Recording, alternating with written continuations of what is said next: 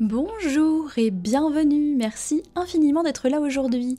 Je m'appelle Florivine, artiste pluriel et slow, et dans la vidéo journaling d'aujourd'hui, je vous propose de partager mon organisation pour planifier mon temps simple que j'ai mise en place pour ma vie quotidienne en tant qu'artiste indépendante qui suis solopreneur. Donc je gère tout toute seule dans le cadre professionnel. Donc j'ai besoin d'une organisation efficace et en même temps je suis également nouvelle maman d'un bébé de moins d'1 an que je garde à la maison. Donc j'ai besoin que ce soit simple, rapide et que je puisse le tenir au quotidien sans que ce soit des outils trop complexes. Donc j'ai mis en place un système hybride entre le numérique et l'analogique qui fonctionne très bien pour moi et je me suis dit que j'allais le partager avec vous aujourd'hui puisqu'en plus au moment où sort la vidéo on est à la fin du mois de septembre, donc on est encore en post-rentrée, les marques d'agenda 2026 commencent à sortir, en tout cas au moment où je vous parle commencent à sortir les éditions 2026 et peut-être que vous commencez à vous demander ce que vous allez éventuellement faire l'année prochaine, donc je me suis dit que cette vidéo pourrait être une source d'inspiration si vous souhaitez vous aussi planifier votre temps. Donc ça veut dire planifier les projets, les tâches, les priorités, la gestion entre le pro et le perso, mais aussi gérer tout ce qui est habitude et routine, donc ce que vous choisissez de faire de votre temps. Si vous aussi vous avez envie de le faire de manière simple et efficace, peut-être qu'il y aura des pistes d'inspiration pour vous dans cette vidéo. Premier volet de ce système de planification simple est un volet numérique. Les outils numériques me servent à deux choses.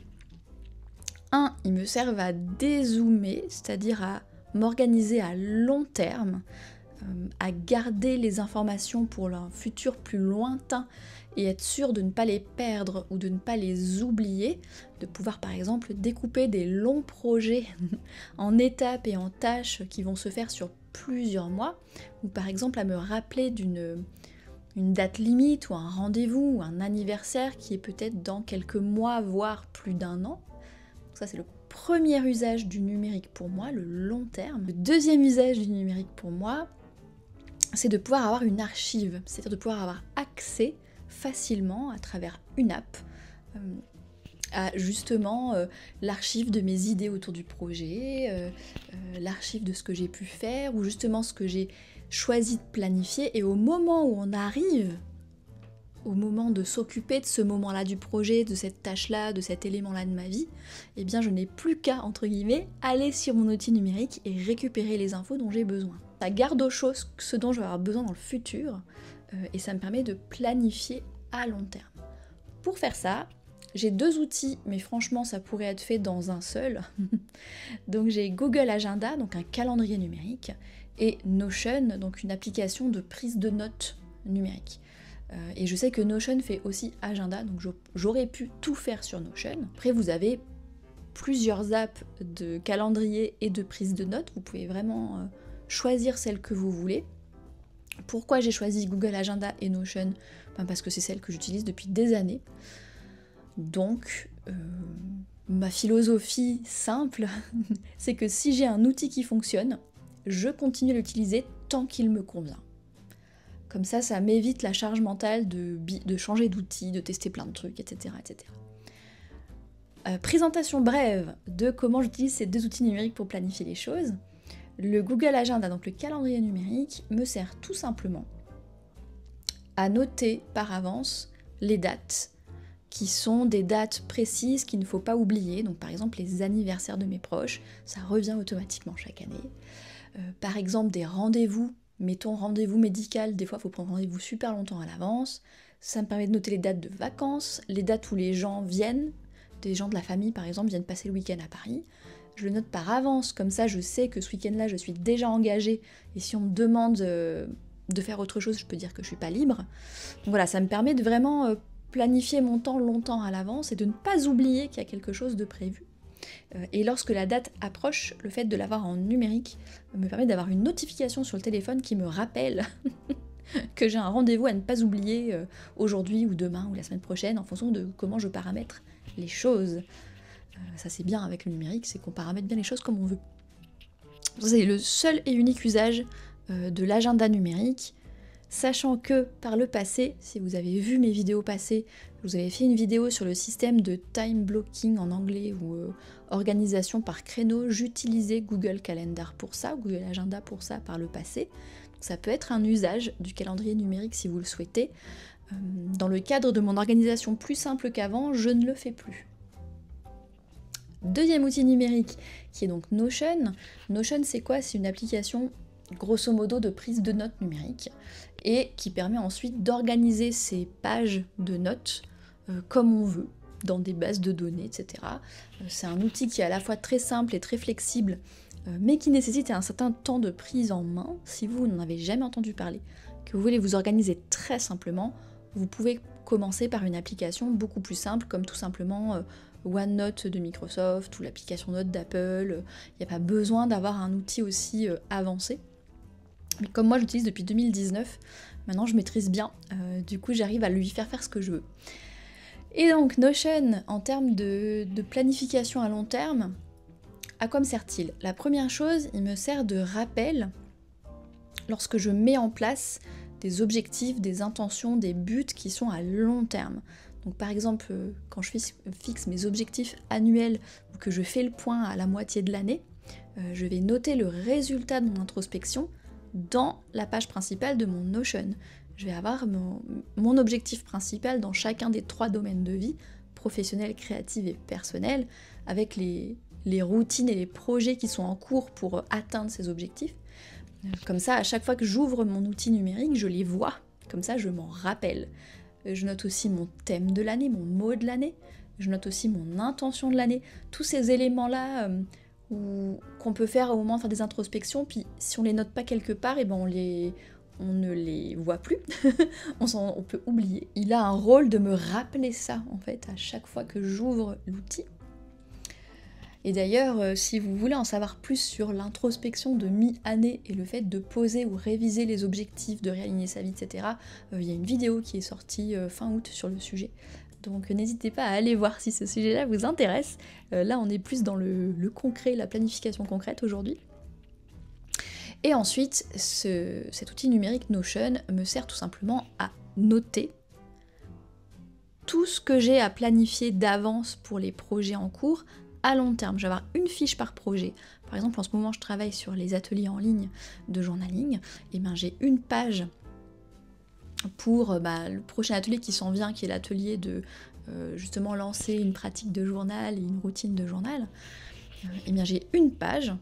Et depuis plus d'1 an que je travaille dessus, parce que je tombe enceinte entre temps, et ben je note les idées, j'ai commencé à noter le plan, j'ai commencé à noter les ressources. À chaque fois qu'il y a peut-être un contenu ou un bouquin, quelque chose que je lis ou que je vois qui m'inspire, et bien je vais venir le rajouter. Et comme ça, c'est quelque chose dont je vais avoir besoin dans le futur, lorsque je vais être en train de tourner les vidéos de l'atelier, quand je vais être en train de préparer les PDF associés par exemple, etc. Et bien je vais pouvoir piocher dans mon outil numérique, donc dans ma page Notion, et récupérer tout ce que j'ai préparé. Là où si je l'avais fait en analogique, comme je le fais sur plusieurs mois, ce serait réparti entre plein de carnets différents, je ne saurais plus où ce serait. Donc là, l'avantage du numérique, c'est de tout rassembler au même endroit pour quelque chose dont je vais avoir besoin à une date ultérieure, mais indéterminée, si vous voulez. Donc voilà, et je vais aussi détailler les différentes étapes et les différentes tâches. Donc il y a vraiment le côté mise en action des projets, et donc je vais avoir toutes les tâches, mais qui vont me prendre peut-être des semaines à faire. Donc comme ça, elles sont notées ici, j'y accède quand j'ai besoin de savoir, ok, c'est quoi la prochaine tâche, mais autrement, elles sont hors de ma vue. Parce que si je mettais toutes les tâches de tout le projet, qui en fait va prendre 6 mois à faire, et qu'à chaque fois que j'ouvre mon outil de planification quotidien et que je vois tout ce que j'ai à faire dans les 6 prochains mois, personnellement, j'ai une personnalité assez anxieuse. Si je vois une liste de tâches avec 30 tâches, ça me rend folle en fait. Donc l'outil numérique me permet d'avoir dans un coin la liste de 30 tâches, elle est là, la liste de référence, elle m'attend.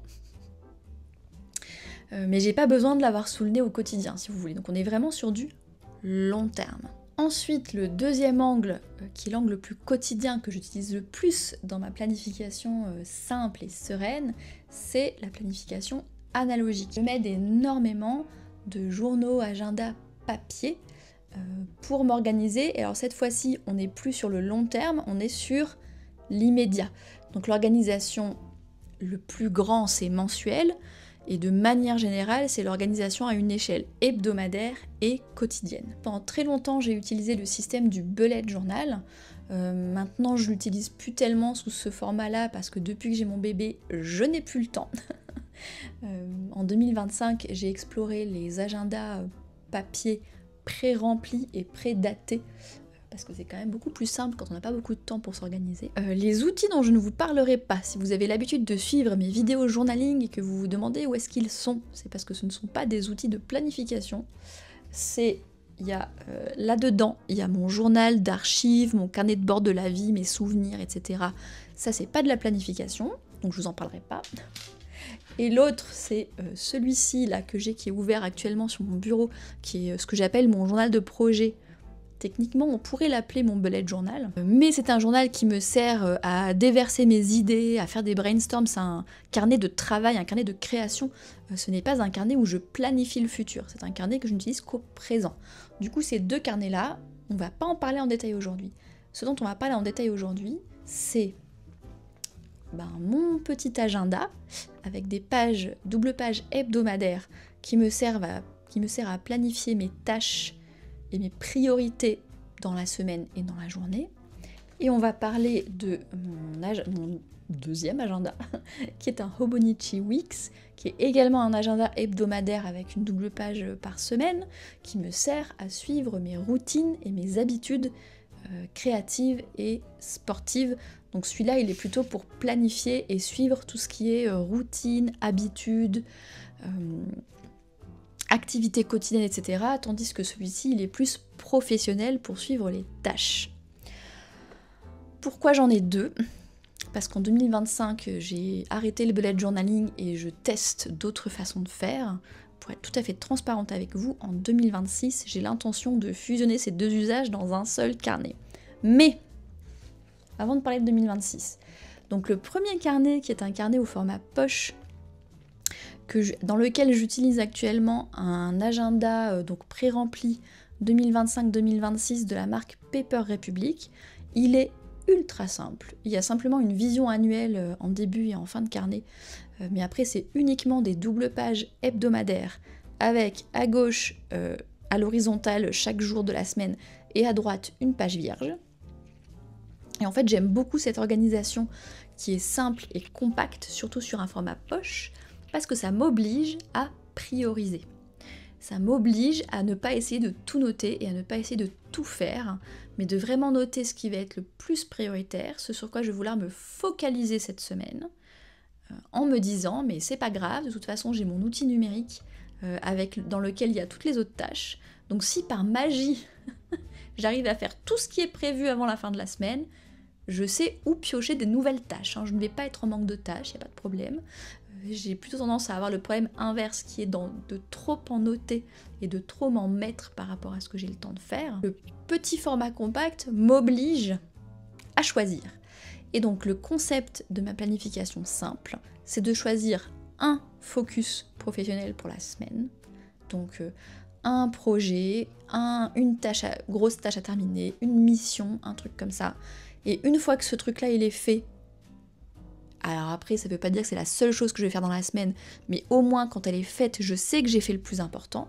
Et j'applique la même chose à une petite échelle, donc à une échelle de tâches faisables en une fois, pour la journée. Donc j'ai un focus pour la semaine et une priorité pour la journée. Donc du coup, sur la page de droite, je vais noter mon focus général de la semaine, et puis je vais noter en guise de référence les tâches auxquelles il faut que je pense cette semaine.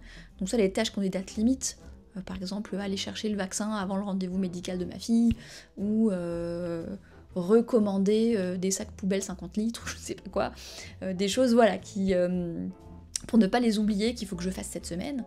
Et sinon, je viens piocher dans les projets en cours, donc en l'occurrence le focus en cours de la semaine, je vais venir piocher les 2-3 prochaines tâches que j'ai notées dans mon outil numérique et je vais venir les noter dans mon agenda de la semaine. Et le concept, c'est qu'une fois que j'ai choisi mes tâches de la semaine, Alors des fois il y a un petit peu de place en dessous si jamais il y a des nouvelles tâches qui viennent s'ajouter, qui sont urgentes ou doivent être faites dans la semaine ou dans les 2 semaines qui viennent. Ça permet de les noter pour pas les oublier d'un côté, mais pour ne pas me sentir dépassée par trop de tâches de l'autre côté. Donc il faut que ça rentre dans ma petite page A6. Et ensuite, chaque jour, je viens remplir du coup la partie de gauche. Et en fait, en début de journée, je ne mets qu'une tâche, que je mets d'une autre couleur en général, je la mets dans la couleur d'accent de la semaine, qui va être la tâche du jour, et que si aujourd'hui j'accomplis ça, je serai contente. Et par exemple, la tâche d'aujourd'hui, c'était de filmer cette vidéo. Et je me suis dit, si j'arrive à filmer cette vidéo aujourd'hui, j'aurai accompli le but de la journée. Et ensuite, ce que je fais, c'est que le lendemain matin, quand je note la tâche importante du jour, je vais rajouter sur la page au-dessus ce que j'ai fait d'autre dans la journée. Parce que après, ça me sert d'archive, ça me sert en fait à me rendre compte réalistiquement combien de choses j'ai le temps de faire en une journée. Et comme ça habitue mon cerveau petit à petit en voyant cette liste, qui en général, il y a maximum 3-4 choses dessus. Ça me permet petit à petit de justement ajuster mes attentes quelque part sur les projections futures, en voyant ce que j'ai le temps de faire sur une journée. Et pareil au niveau de la semaine, s'il y a des choses que j'ai accomplies qui n'étaient pas dans la liste de la semaine, je vais les rajouter. Et puis s'il y a des choses évidemment qui ne sont pas faites, qui étaient dans la liste, je vais les barrer. Et comme ça, à la fin de la semaine, j'ai un petit peu une vision de ce que j'ai pu faire, et de ce que j'avais planifié mais que je n'ai pas pu faire, qui permet au fil des semaines d'ajuster un petit peu les attentes, ce que j'attends de moi-même en fait, parce que c'est toujours un petit peu décourageant de se fixer davantage de tâches que ce qu'on a le temps d'accomplir. Donc, planification hebdomadaire très simple, évidemment je remets dedans les rendez-vous, les voyages, je transfère, en fait j'ouvre mon Google Calendar là en début de journée, enfin je le fais en début de semaine, puis après si jamais il y a des changements je vérifie chaque matin. Je note évidemment tous les rendez-vous qui étaient prévus, etc. C'est là où le fameux calendrier numérique m'aide à ne pas oublier les choses. Et je viens les rajouter à ce moment-là. Et en fait, dans la semaine, ma charge mentale n'a qu'à penser à ce qui est dans cette double page, si vous voulez, c'est un petit peu ça l'idée. Voilà donc pour l'organisation simple d'un point de vue projet professionnel. Vous pouvez le faire pour votre travail ou vous pouvez le faire pour des projets qui vous tiennent à cœur, qui sont à côté de votre travail salarié par exemple. Pour terminer dans cette organisation simple, j'ai choisi de suivre mes routines et mes habitudes de manière analogique, toujours avec ce même concept de double page par semaine.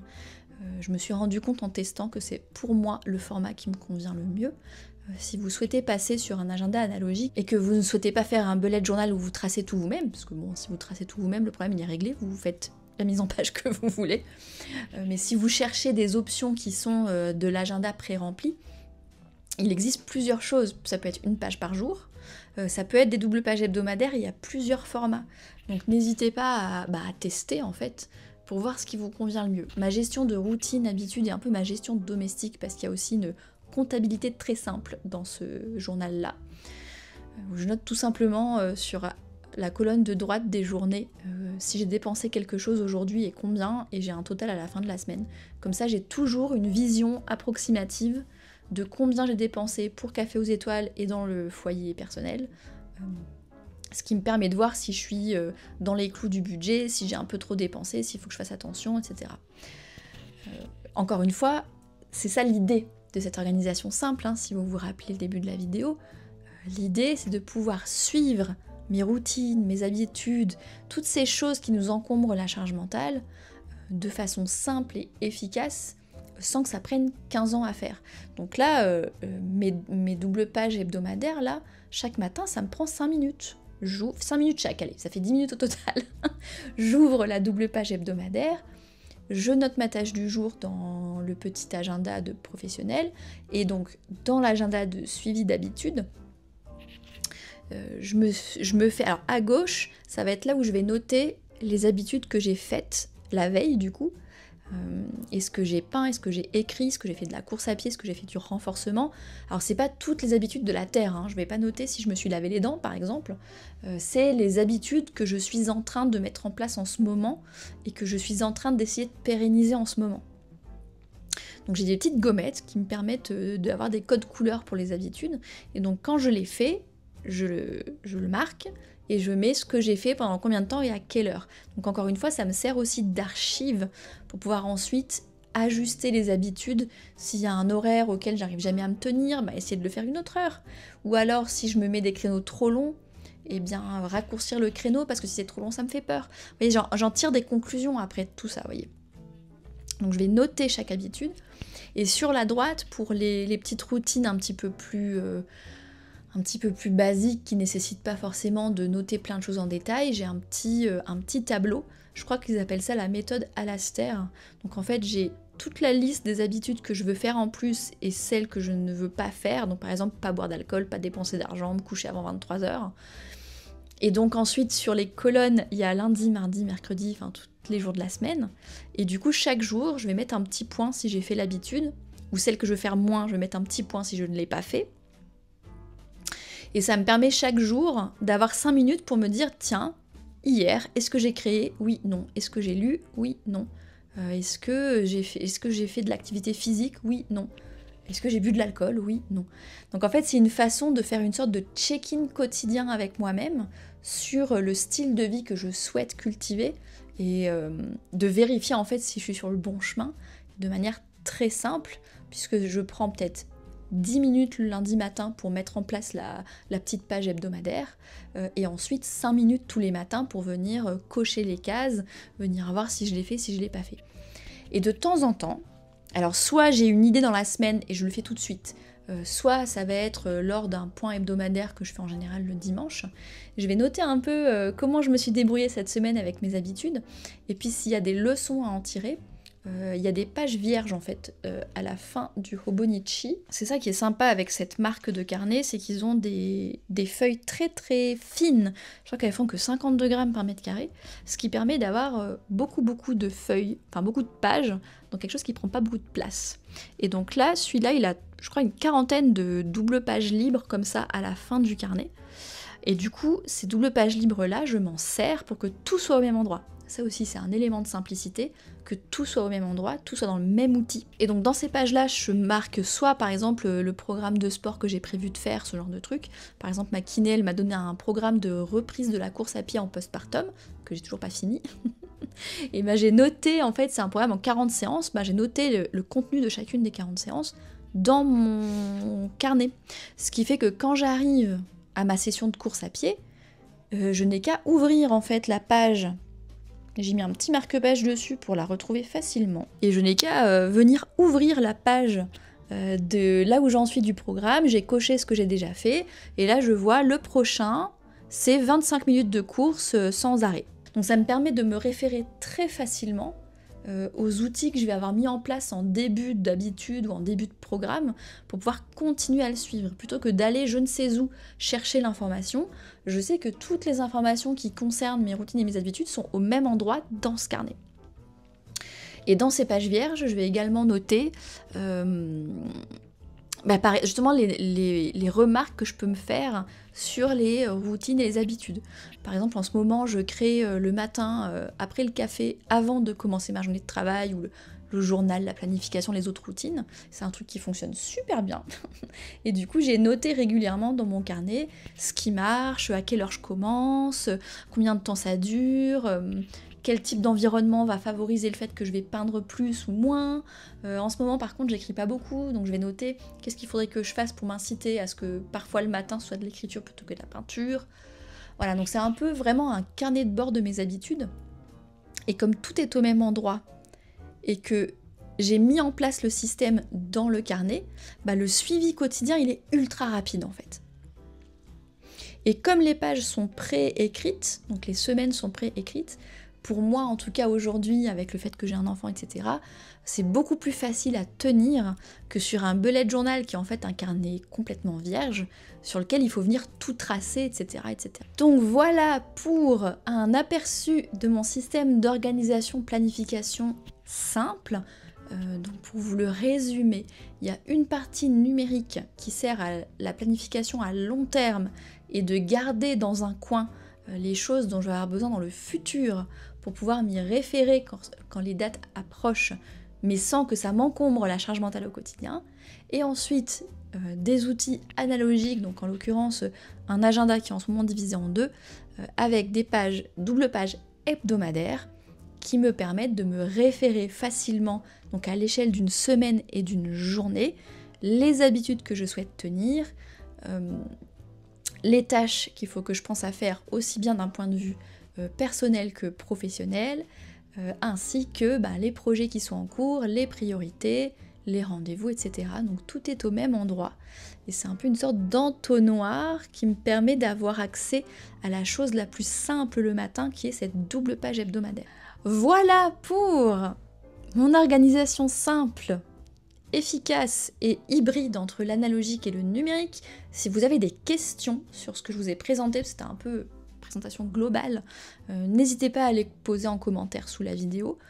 Soit je peux y répondre rapidement et je le ferai, soit ça nécessite approfondissement et ça peut être une idée de vidéo future pour en parler plus en détail.